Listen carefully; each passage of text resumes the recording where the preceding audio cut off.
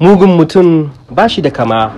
Wannan gani sunan shi Abrahaman Bello ya kashe wannan yarinya mai suna Hafsa da ya haɗu da ita a Facebook. To me ya faru har ya san wannan yarinya? Ya nuna mata ƙauna da soyayya bayan da har ta kai suka yi exchange nambobin wayoyi tsakanin shi da ita da Abrahaman Bello. Dama ashe yana yin mugun nufi ne tare da ita lokacin da ya zo ya nuna yana son ta, yana ƙaunarta. Bayan ya karɓa nambanta ya ɗan samu lokaci har sun shaƙu da shi sai ranar ya gayyaci ta zo gidansu. So da aka duba call ɗin yarinyar nan bayan an neme ta an rasa, sai aka ga cewa ai number shi da location ɗin shi ne wanda suka yi magana a ƙarshe. 'Yan sanda suka ci gaba da sa bincike domin su gano cewa ina za su samu wannan, suka yi tracking ɗin number shi sannan suka gano shi.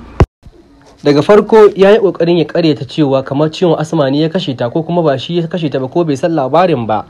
To da 'yan sanda suka sa bincike har suka je gidansu, sai aka ga gawarta a cikin ɗakin shi ya sassara ta kamar yadda ake datsa karas.